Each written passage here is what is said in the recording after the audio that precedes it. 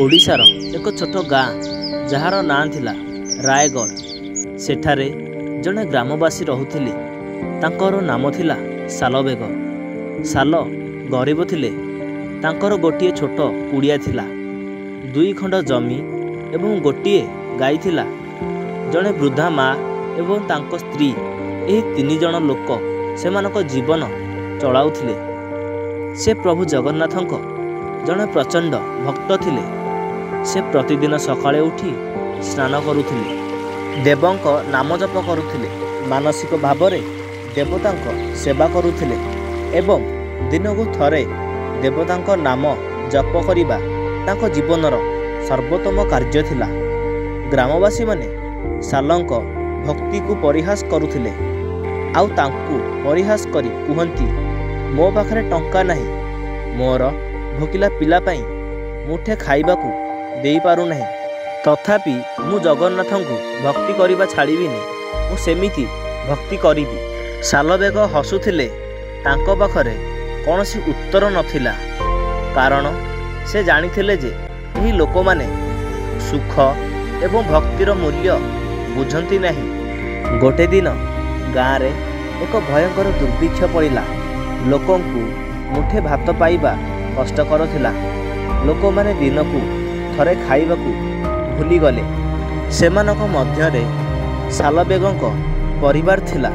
सालबेग भगवान को मने मने कहूथिले, हे प्रभु, मु आपणकर भक्त, मो परिवार भोकिला अछि। मु भाबुछि मु भक्त भावरे कृपा पाइबि कि। किंतु सालबेग अनेक समस्यार सम्मुखीन होई मध्य तांको मनरे प्रभुंको प्रति टिके भी भक्तिर कमी नथिला। गोटे दिन से भगवान को नाम जप करिबा समय रे तांकु प्रचुर मात्रा रे खाद्य मिलिला। किंतु से जहाँ पाइथिले प्रभुंको नाम उच्चारण करिबा सह ता समस्तंक मध्यरे बंटन करि देइथिले। गोटे दिन जड़े अजना तपस्वी गाँ को आसिले। से सालंक घर को चली गले एवं पानी मागिले। साल तांकु पानी देवा सह तांको घरे 2टी पात्र रे खाद्य थिला। से गोटिए निज पई रखिले एवं अन्यटी सन्यासी को दान कले। सन्यासी हसी कहिले, तुमे भक्त नुह, तुमे जणे महान भक्त। भगवान तुमको परीक्षा करुछंती, तुमर मन भांगिब नहीं। से तुम पई एक नूतन दिग खोलिबे। सेही रात्र रे साल तांको स्वप्न रे देखिबाकू पाइले। जगन्नाथ आसी तांको कहउछंती, साल, मु तुमर भक्ति रे प्रसन्न होईछि। एबे तुम जीवन रे अंधकार दूर होईछि। आमे तुमको अनुग्रह देउछु। सकाळ हेला। गाँर जड़े महान व्यक्ति असुस्थ थिले। रात्र रे तांकु श्री जगन्नाथ स्वप्न रे आसी कहिथिले, साल नामक जड़े भक्तों को देख, तांकु साहाय्य कर। एहा द्वारा तुमर शरीर सुस्थ हेबा सह तुम जीवनर बड़ महत्वपूर्ण काम हेबो। सेही व्यक्ति सालंकु डाकी तांकु बहुत धन, जमी एवं दायित्व देइथिले, कारण यह ईश्वरक आदेश थिला।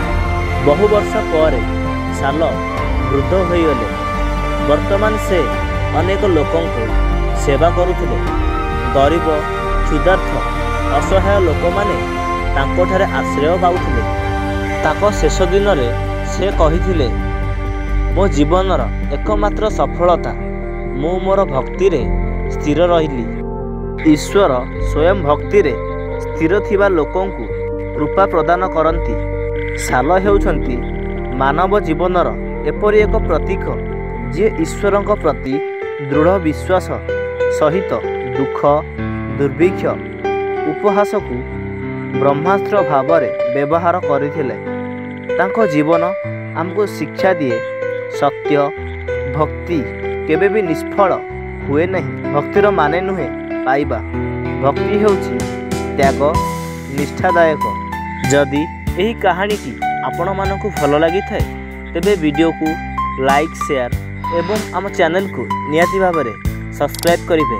एही भली किछि एक गल्प सहित किछि नुआ कथा शिखिबा पाई।